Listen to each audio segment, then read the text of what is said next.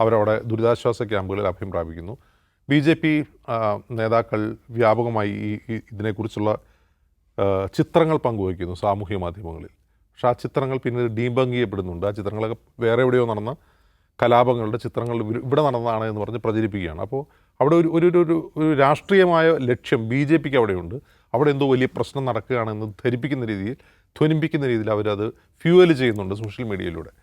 പക്ഷേ അവിടെ ശ്രദ്ധിക്കേണ്ട ഒരു കാര്യം, ഈ വഖഫ് ഭേദഗതി നിയമത്തിനെതിരെ ഒരു ലീഗൽ ഫൈറ്റ് മുസ്ലിം സംഘടനകളും അല്ലാത്തവരും കൂടി ചേർന്ന് സുപ്രീം കോടതിയിൽ നടത്തിക്കൊണ്ടിരിക്കുകയാണ്.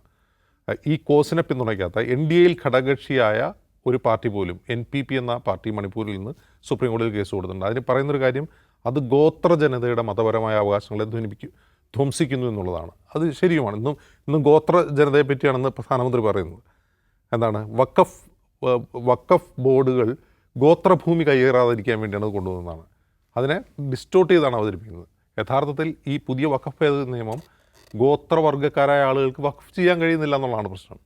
എസ്പെഷ്യലി ഇപ്പോൾ കശ്മീരിലെയും ലക്ഷദ്വീപിലെയും മുസ്ലിങ്ങൾ, കശ്മീരിലെ ഒരു വിഭാഗം മുസ്ലിങ്ങളും ലക്ഷദ്വീപിലെ 100% ആളുകളും ഗോത്ര ജനതയാണ്. അവർക്ക് വഖഫ് ചെയ്യാൻ കഴിയില്ല എന്നുള്ളതാണ് ഒരു പ്രശ്നം.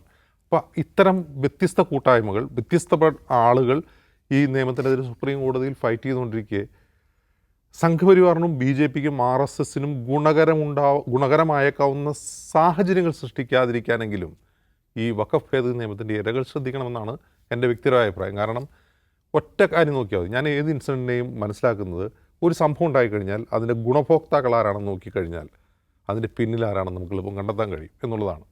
അപ്പോൾ ഇപ്പോൾ മുർഷിദാബാദിൽ നടക്കുന്ന വയലൻസോടുകൂടിയുള്ള പ്രൊട്ടസ്റ്റ്, അത് എല്ലാ അർത്ഥത്തിലും RSSനെയും BJPയും ആണ് അവിടെ സഹായിക്കുക എന്ന് ആ പ്രൊട്ടസ്റ്റ് ചെയ്യുന്നവർ മനസ്സിലാക്കിയില്ലെങ്കിൽ പിന്നീട് അതിൻ്റെ തിക്തഫലങ്ങൾ അവർ തന്നെ അനുഭവിക്കേണ്ടി വരും. ഈ സമയത്ത്, ഈ സാഹചര്യത്തിൽ ഒരു രാഷ്ട്രീയമായ പ്രതിഷേധമാണോ നടത്തേണ്ടത്, അതിലൊരു ലീഗൽ ഫൈറ്റാണോ നടത്തേണ്ടത് എന്നൊക്കെ അത് ഫൈറ്റ് ചെയ്യുന്ന ആളുകളാണ് തീരുമാനിക്കുന്നത്.